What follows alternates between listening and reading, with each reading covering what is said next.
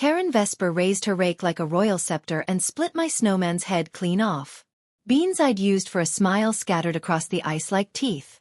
Neighbors watched from porches on Oxeye Loop, Birchfjord Estates. I tasted coppery shame. My grandson Nico cried into my coat sleeve. My fingers shook, not from cold, but from being treated like a child.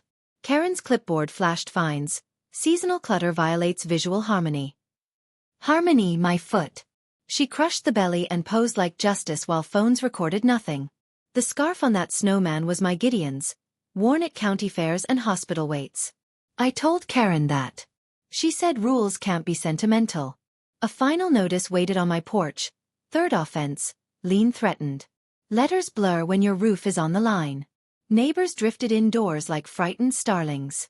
A dusty blue Prius slid to the curb. My daughter, Selah Quince, stepped out, knit cap low, eyes bright as new ice. She hugged me, then studied slush footprints and the rake dent in our lawn. "Touch my mother again," she said quietly to Karen, "and you touched the wrong numbers." Karen smirked. Selah filmed the wreck and the notice, then whispered, "I drove all night. I'm staying." She looked at me, not past me. "Mom, this isn't about snow. It's about money." Her mouth set like a seam. "And I can prove it." Karen laughed, sharp, tinny, careless, until a red dot blinked in the snowman's eye. Rewind to August, when my sister, Sable York, moved to 47 Larkspur Bend and joined the HOA board. We were never close. Sable dressed like a banker's commercial and hugged like a tax form. Still, blood is stubborn glue. She brought lemon bars and a lecture about permitted colors for porch chairs. "Birchfjord runs on standards," Sable said, patting my sleeve. Karen saved property values. I kept my geraniums and my odd blue bird bath anyway. When snow came early, Nico begged for a snowman.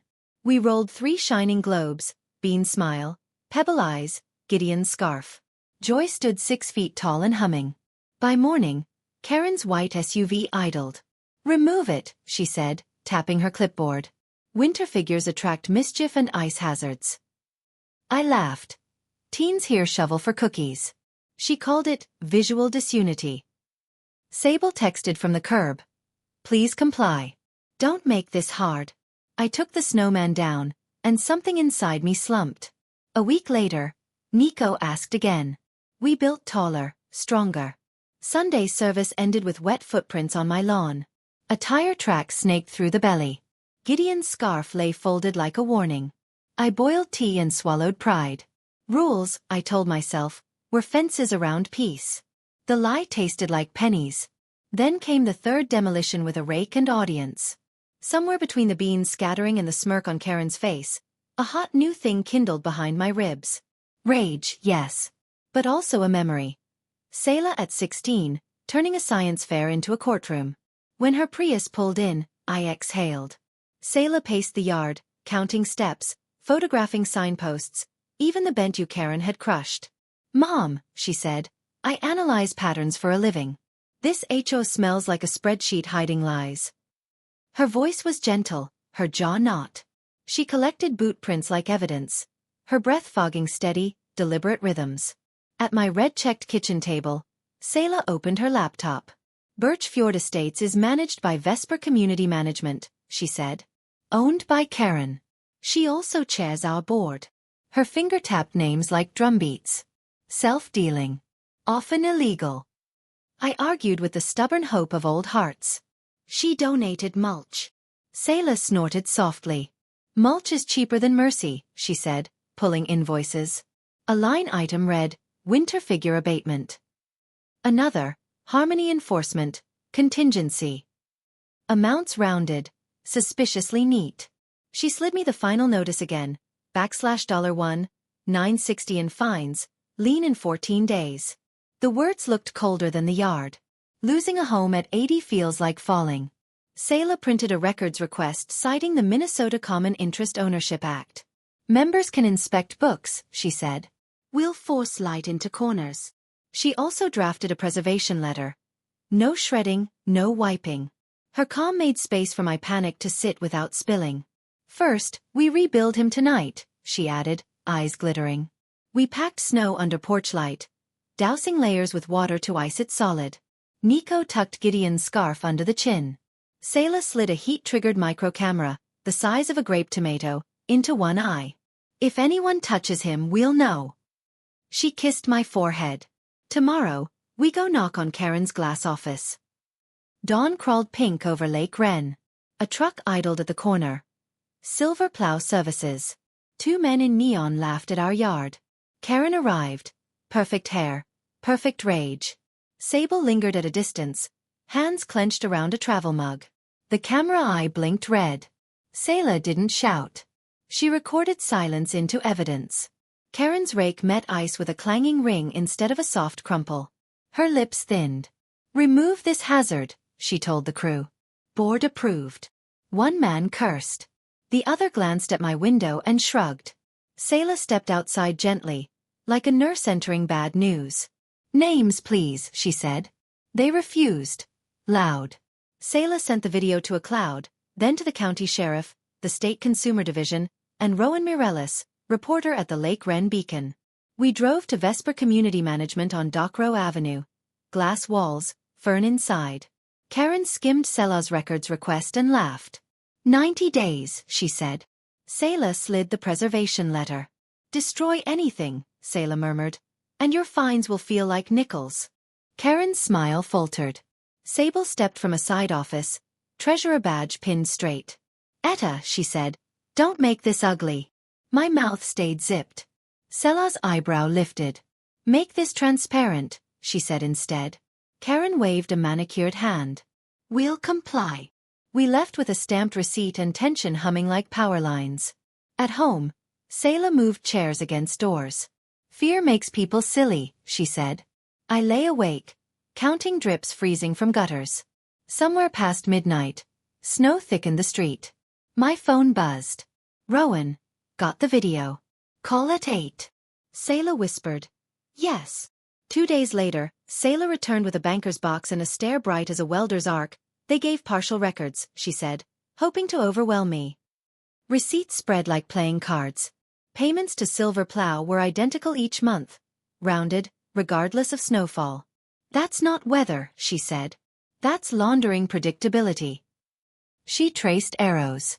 Silver Plow's owner, R. Vesper, Karen's cousin online. Contracts lacked competing bids.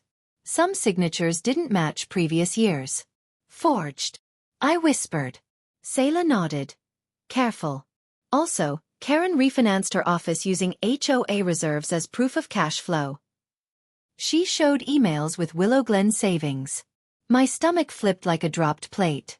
I imagined my little house stacked like a block in Karen's Jenga tower. Selah pressed my hand. "You're not the weak piece," she said. Sable appeared without knocking. Mascara perfect, voice not. "Return those copies," she said. "This is private business." Selah's jaw set. "Member business," she corrected. "You're treasurer. Did you read?" Sable stared at a register, eyes blinking hard. "Karen said everything was standard," she murmured. "She said you're dramatic, Etta." My name landed like an accusation from childhood. Selah softened. "If you didn't know, help us fix it." Sable lifted her chin, then closed the door without an answer. Old wounds throbbed awake. Selah sighed. "Next, neighbors and law," she said. She found a clause in dusty bylaws allowing a special meeting. We printed flyers, knocked on doors, met dogs, dodged icicles. People were angry and scared and bone-tired of being policed for porch chairs. "Come," I said on porches. "Hear what my daughter found." The clubhouse at 12 Peridot Circle smelled like burnt coffee and damp scarves. Selah set a projector. I set cinnamon bars. Karen arrived with a lawyer shaped like a lamppost. Sable sat near the back, jaw tight. Selah pressed play. Our snowman's third fall, the rake clang, the crew, Karen's thin smile caught. Gasps came like popping corn. Then spreadsheets lit the wall. Rounded invoices, cousin-owned vendors, loans cross-collateralized with our dues. "This is selective enforcement and self-dealing," Selah said. The lamppost cleared his throat about defamation.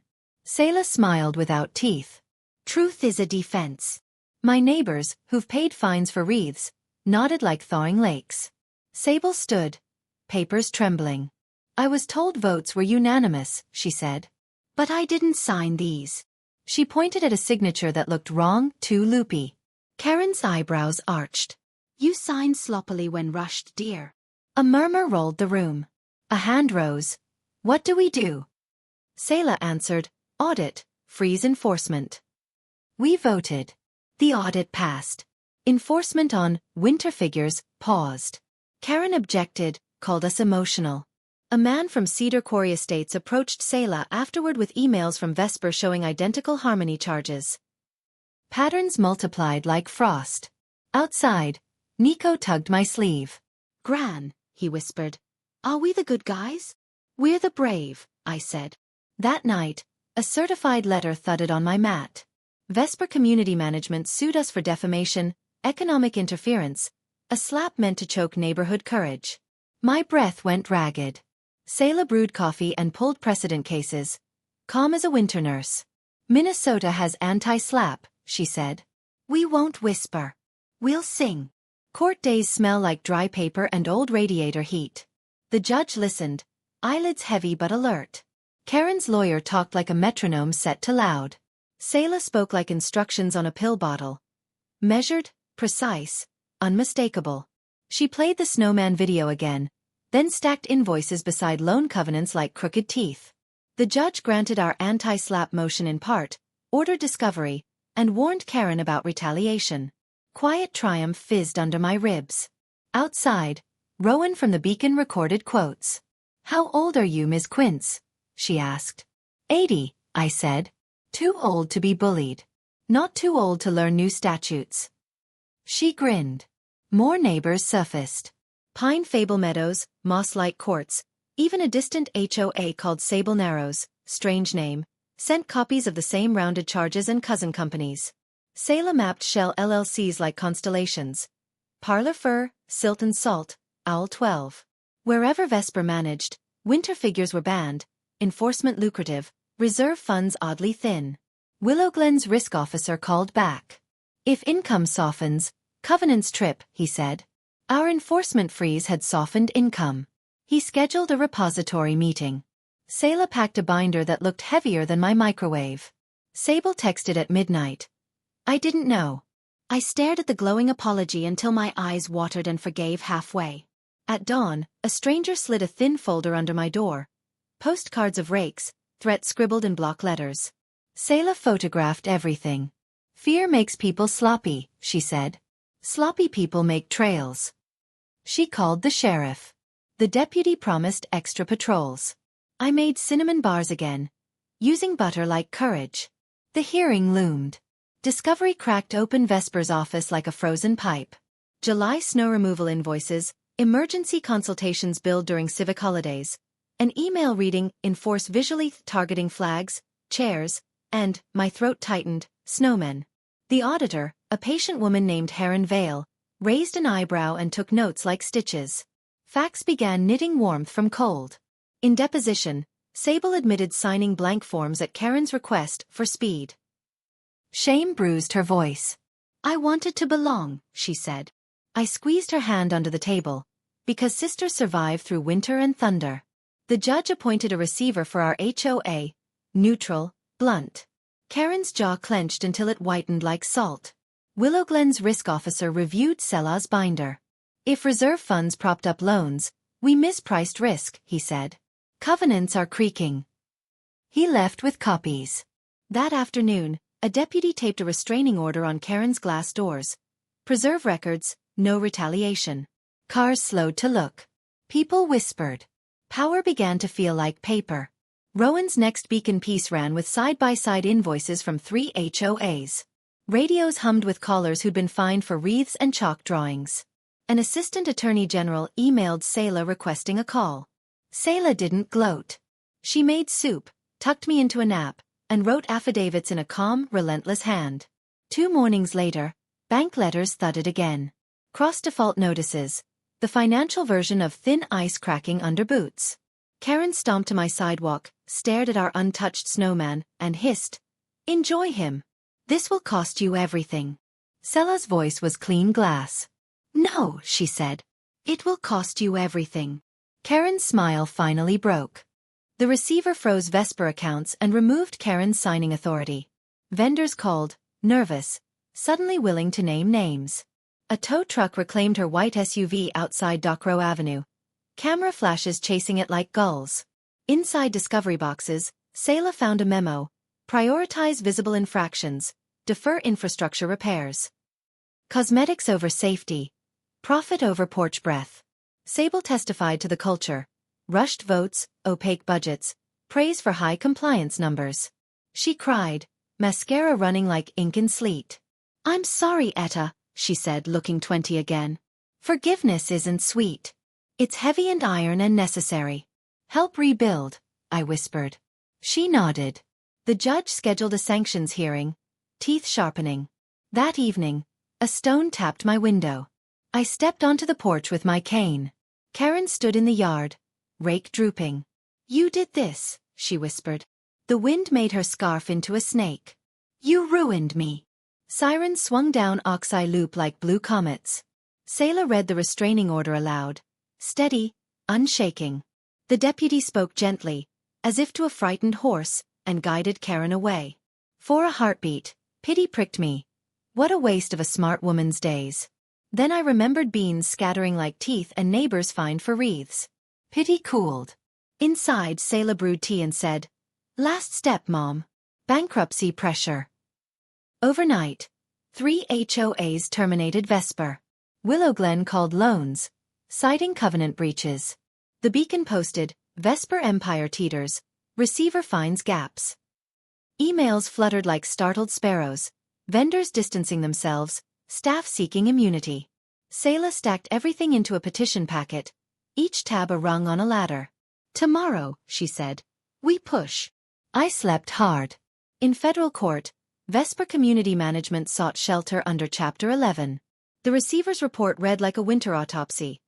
Self-dealing vendors, forged signatures, selective enforcement profits, reserve siphoned to impress banks. Willow Glen converted to Chapter 7 for Karen personally. The empire collapsed like wet snow off a pitched roof at noon. Our HOA elected a new board. Neighbors with practical boots and ordinary smiles. Sable declined leadership and joined the audit committee, which is where penance belongs. We rewrote a few rules with clear words. Kindness first, lawn second. Winter figures permitted all season, the bylaw now says, plain as bread, warm as kitchens. We rebuilt the Snowman, Nico, Selah, me, packing the belly tight, smoothing seams with gloved palms, tying Gideon's scarf snug. Neighbors came with cocoa and apple rings. Someone added a knit cap with a pom-pom, jaunty as spring. We clapped when the tomato eye blinked, not from fear now, but from memory and proof. I mailed Karen one thing, a photograph of that snowman, Selah laughing beside me, porch light haloing our hair. On the back, in my steadiest script I wrote, I hope you find peace. Not forgiveness yet but a path. Selah read it and nodded. Mercy isn't weakness, she said. It's exit signage. At sunset, Oxeye Loop glowed like lanterns along a lake. Selah squeezed my hand. You taught me to make things, she said. I made a fair game. I touched the snowman's cold cheek. Genius, I answered. The wind softened. Somewhere beneath the ice of Lake Wren, water moved forward, patient, certain, free.